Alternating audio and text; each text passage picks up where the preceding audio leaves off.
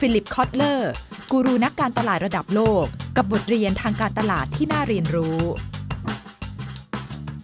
Well, you're quite familiar with Apple, and you are one of the insiders for Samsung. 5 years from now, who is going to win the battle?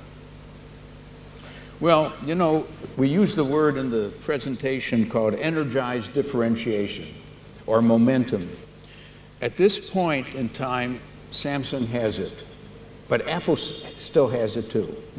So it's going to be a fight of giants. Now, if Steve Jobs was still there, probably the next big thing would come out. Yep. Remember, Steve Jobs was not just imagining a product called the iPhone.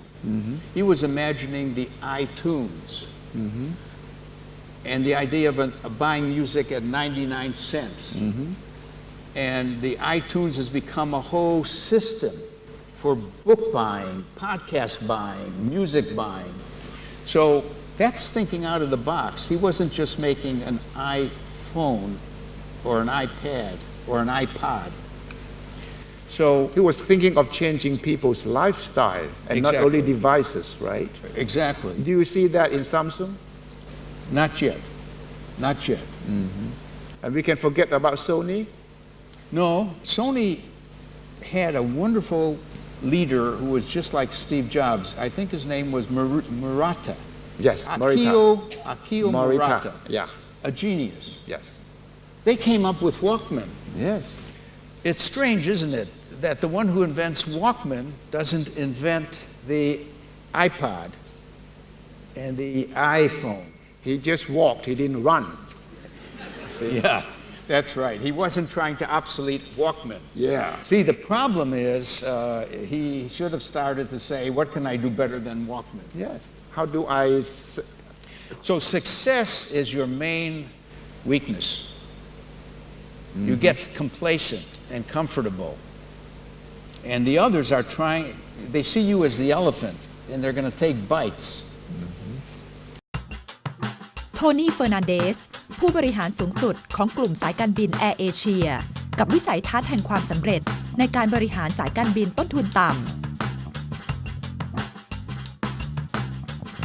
Tony, why do you want to run an airline business in the first place? You know, I was sent to school when I was 12 years old in England. And prior to that, actually, if I go back a bit, my mother used to sell Tupperware. And I'd always go meet her in the airport. She was flying around selling Tupperware. And I always loved planes. And I remember when I was about 5 or 6 years old, I told my dad, one day I want to own an airline. And of course, he laughed at me. My whole life has been that. Everyone laughs at me whenever I say something. And but it really started to form in my mind when I was sent to boarding school. And I remember calling up my mother and saying, I'd like to come home for half term. She said it's too expensive. And I said to her one day, you know, I'm going to make travel cheap. And that was how it really started to form in my mind.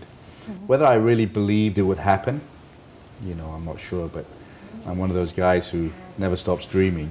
And from some dreams comes some reality.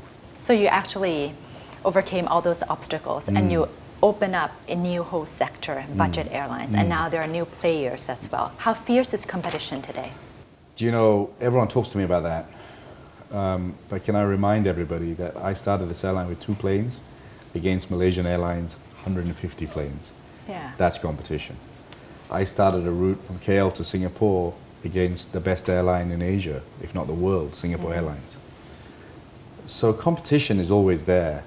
It was fiercest when I was small.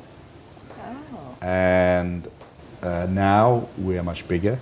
There are more entries. But there were entries before and there are new entries coming in now. I don't worry too much about competition.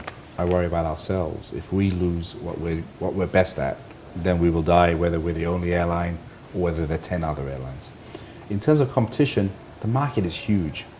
And AirAsia can't take all of it. You know, there's Knock here, there's Lion Air, there's Tiger, there's Jetstar. Ironically, all named after animals. And we welcome it, you know. I have no problem. The market will choose the winners. I think a lot of your customers would want to know this. Would you be able to drive ticket prices even lower? Yeah, that's my goal. That's my goal. You know, people say, "What's your religion?" I say, "Low cost." What would be your message to other entrepreneurs who look up to you as a role model? That's kind of strange if anyone looks up to me. But anyway, my message is very clear. Don't listen to anyone. Go with your heart. You only live once. Don't be afraid of failure. Because you don't want to sit there at 55 and say, I wish I did that. It's too late. Go out there and do what you want to do. And believe in your own ability to do it. If you have drive, if you have energy, it's amazing what you can do. Everyone will tell you why it can't be done. Don't listen to them. And don't be afraid of failure. Because if you fail, you can try again, or you can give up. But at least you tried.